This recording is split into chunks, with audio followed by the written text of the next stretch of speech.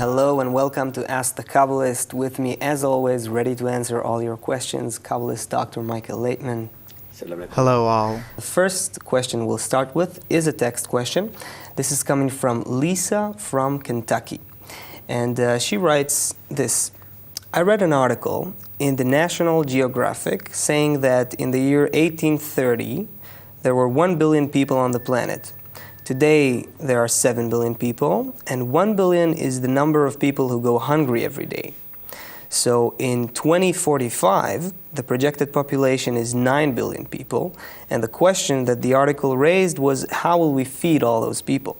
So how do you see this from a Kabbalistic perspective, and what changes would we have to undergo in order for us to feed everyone on Earth? I don't think that we'll be able to withhold everyone the way you say, or the way the demography experts or sociologists or economists predict. Because, first of all, I don't think we'll develop that way. Even though we're people, but nonetheless we belong to the animalistic world. And in the animal world, like among animals, among fish, the more food there is, the more they reproduce. The less food, the less they reproduce. And it's the same with us. You see, according to the divorce rate in the world, the changes the world's undergoing, the birth rate, it's actually falling. The more we develop in culture and education, thus our birth rate is decreasing. And thus, I don't think that there will be an explosion or that we'll experience such growth like we had in the past 150 years. And I'm also looking at something completely different, from a different angle. And I'm not looking at the demographical problem. If we'll be closer to nature, by being more similar to nature, it's the complete power of love and bestowal, where everything is in balance. If we too shall keep this balance, if we'll reach a state where we want to live in peace,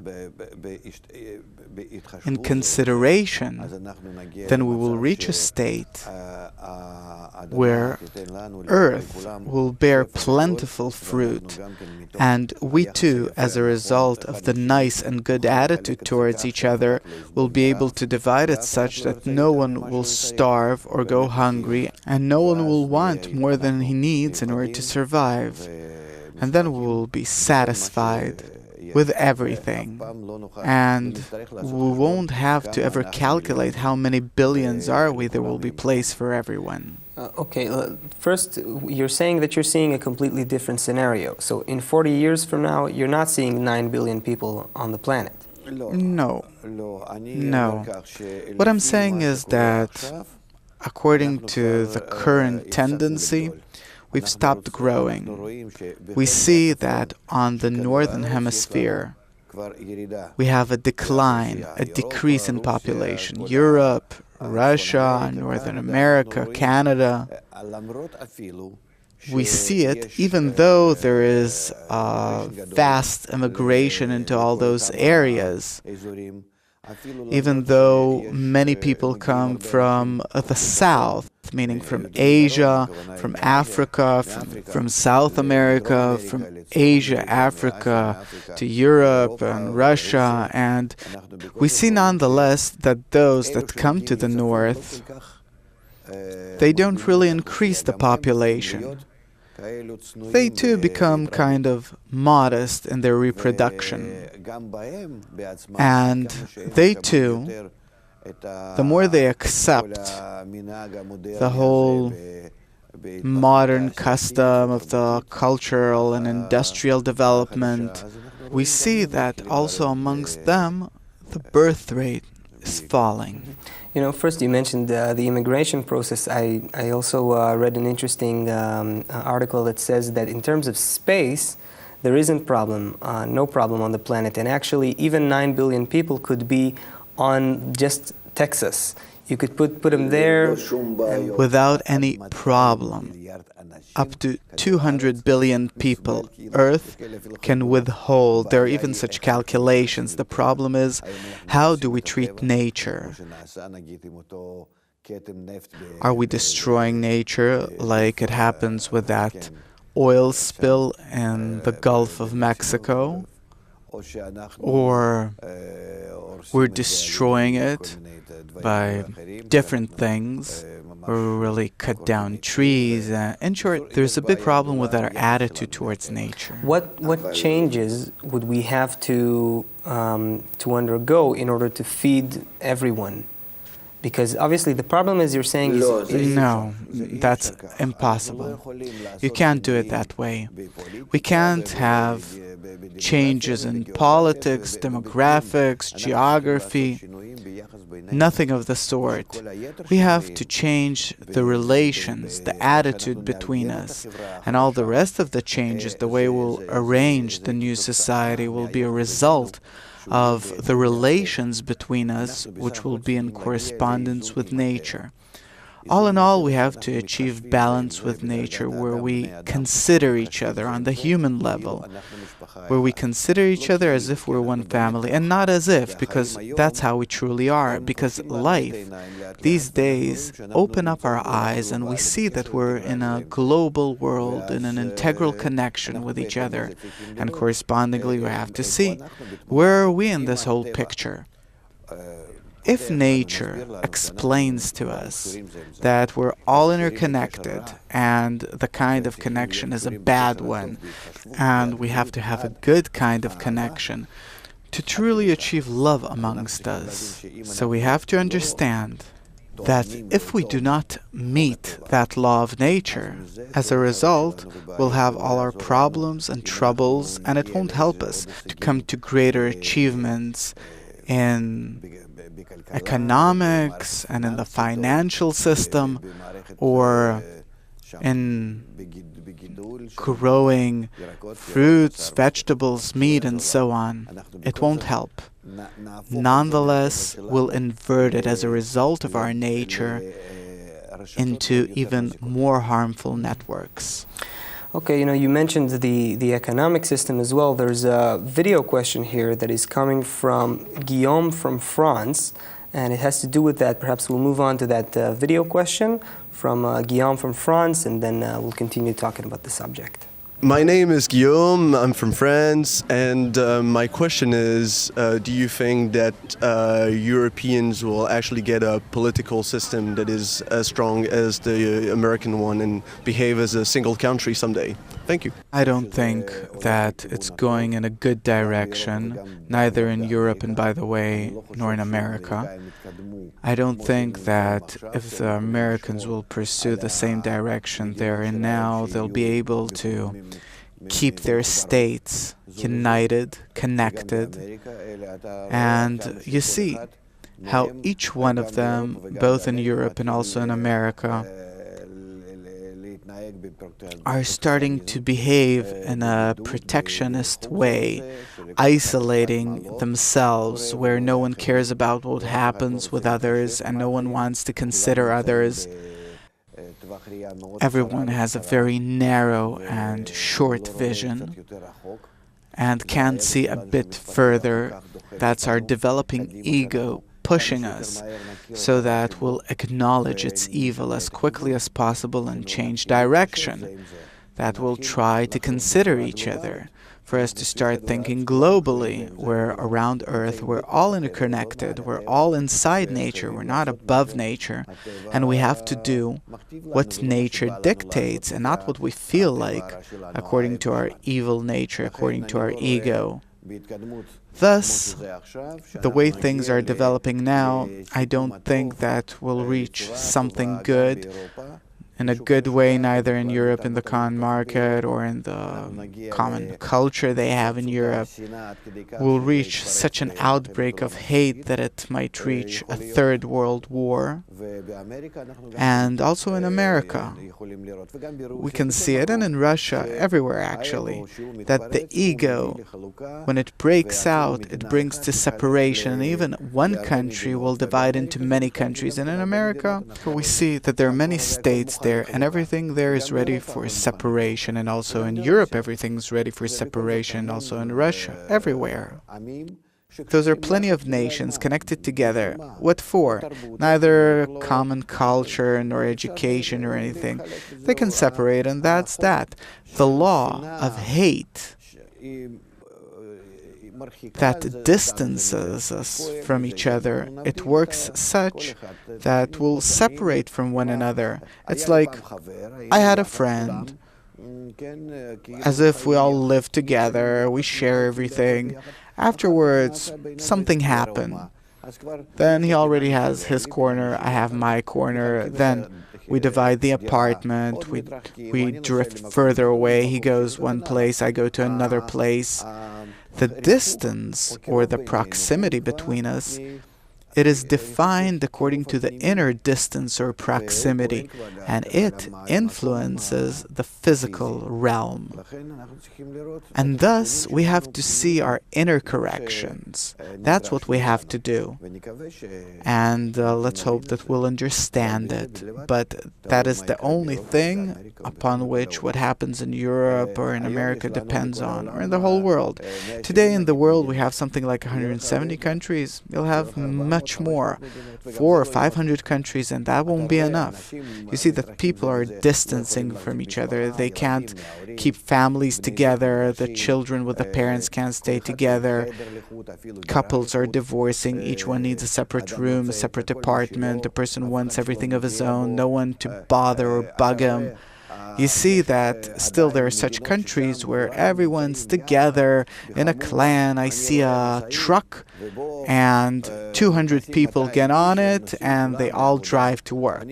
I see a family vehicle, With one person driving it. Yeah. One person driving, and he can't take anyone else with him, even though it's very economical, but he can't. He simply can't. And thus, look what's going on in the world, and accordingly you can see the correction that has to take place. You mentioned something that isn't very, a common thing in the Third World War. Yes, but we see that separation, drifting away, drifting apart, brings to war. War is the natural result of the distancing between people. Because what happens actually, I'll explain it thoroughly. We want a distance from each other, and it seems to us that by this we balance our relations. We have this kind of a bad relationship going on. So according to how bad it is, according to the hate between us, we distance in order not to touch each other. You're there, I'm here, and there's a distance between us that makes sure that we won't kill each other, but you have your place, I have my own place, and that's that. Were it not for nature pushing us to be together, because it's part of nature's plan, everything would have been great, then really we would have distanced from each other and we would have gotten along. But according to nature's plan, we have to reach a state where we're all connected by love. That's the plan. Nature is drawn towards equilibrium, balance, all of it. You studied physics, chemistry, geology, anything. Yes, in other levels of nature it's clear. In our level it's unclear. Right. Exactly that. We've reached a state that we have to start treating each other well, like on the levels of the still vegetative and animate, also on the human level. We have to arrange society such that it will work in consideration and even according to love. The world is headed towards globality, towards everything being one, integral, united, whether we want it or not. That is the direction in which things are developing. And if we want a distance from each other and isolate ourselves, it won't help. It won't. Thus, even though we want to we want to protect ourselves through plenty of laws and give each a corner of his own and a car of his own and a computer screen of his own, won't help.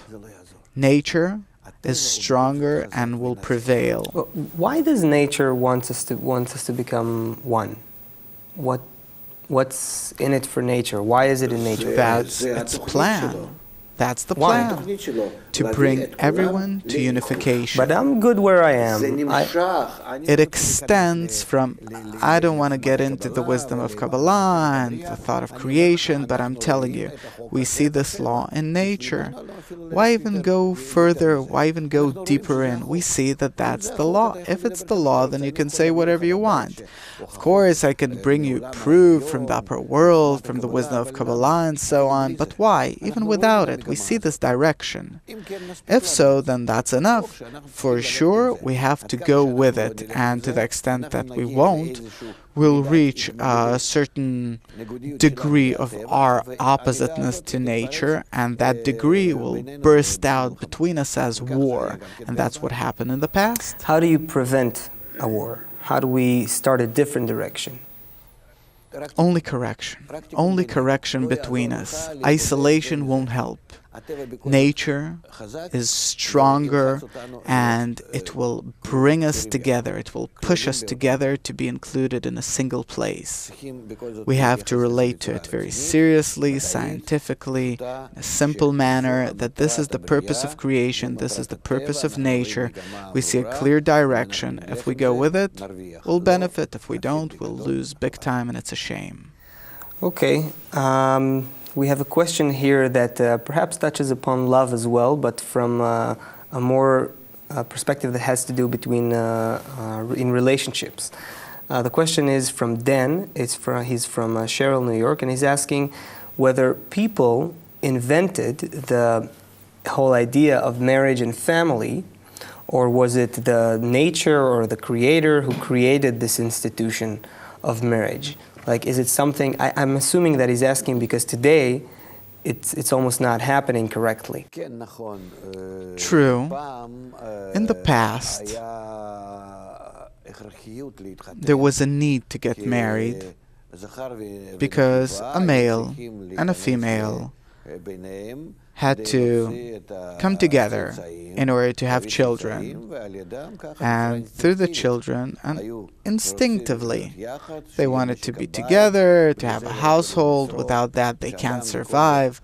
A person, nonetheless, throughout life, he becomes weaker physically, and he needs help, and he is incapable of providing all his needs, and thus he needs more people around him, namely family, or even more than a family, a village, a clan,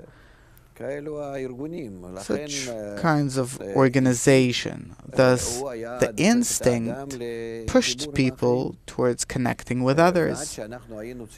And as long as materialistically we needed such a warm environment of relatives, where the emotional power holds us together, a certain inner obligation, blood obligation, so to speak, through the mutual life, through the collective common property, mutual children. So we held on. Once we've developed socially and technologically to a state where we can provide all of our needs, we don't need a family. I buy ready food, I have a washing machine, I have everything of the ready.